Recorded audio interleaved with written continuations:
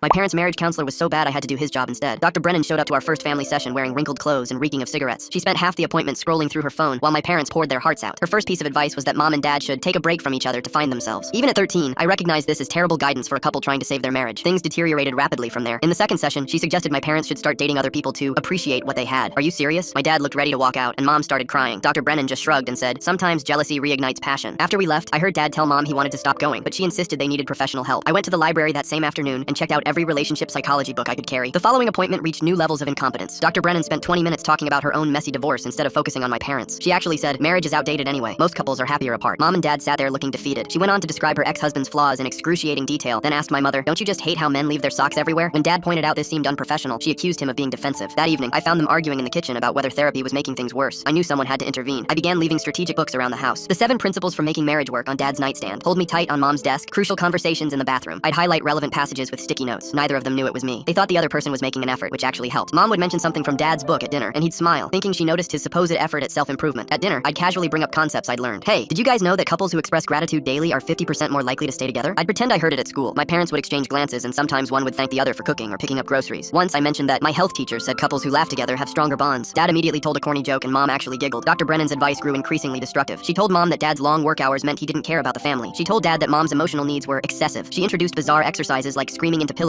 to release marital rage, and suggested they sleep in separate rooms permanently. After one particularly awful session where she had them list each other's worst qualities for 40 minutes straight, my parents came home and had their biggest fight yet. I heard doors slamming and mom crying in the bathroom. That's when I got bold. I wrote them an anonymous letter, supposedly from a concerned friend, suggesting they try daily check-ins where each person shared one appreciation and one concern without judgment. I slipped it under their door after researching conflict resolution techniques from the Gottman Institute. The letter included specific instructions: speak for no more than 2 minutes each, no interrupting, and always end with a hug. Miraculously, they started doing it. I watched them transform slowly. Instead of dad coming home and immediately turning on the TV, he'd find mom and do their check-in. Instead of mom bottling up frustrations until they exploded, she'd calmly share them during their evening ritual. My little brother asked why they were being so weird, but I just smiled. Meanwhile, Dr. Brennan's sessions became increasingly unhinged. She started each appointment by complaining about her own life, charged them for her full hour despite showing up 20 minutes late, and once answered a personal call during their session about her own custody battle. She recommended books like Women Who Love Too Much and The Myth of Monogamy, completely inappropriate for a couple trying to reconcile. The tipping point arrived when Dr. Brennan suggested separation during the holidays to gain perspective. She said spending Christmas apart would help them evaluate their priorities. My parents looked broken. She handed them business cards for divorce lawyers, saying it was just in case. On the drive home, mom said maybe they should consider it. I couldn't stay quiet anymore. From the back seat, I said, Dr. Brennan's advice goes against everything reputable therapists recommend. I've been reading about it. My parents were stunned. I confessed everything. The books, the notes, the letter. I pulled out my notebook where I'd been documenting her terrible advice versus evidence-based approaches. I showed them printouts from the American Association for Marriage and Family Therapy about what constitutes malpractice. Dad actually pulled over to look at my notes. Mom was speechless. I thought I had done good, but it turns out I hadn't, because they called Dr. Brennan immediately to let her know what I had done, and that put her career in jeopardy, something she wasn't willing to let go. Full story on channel, linked below.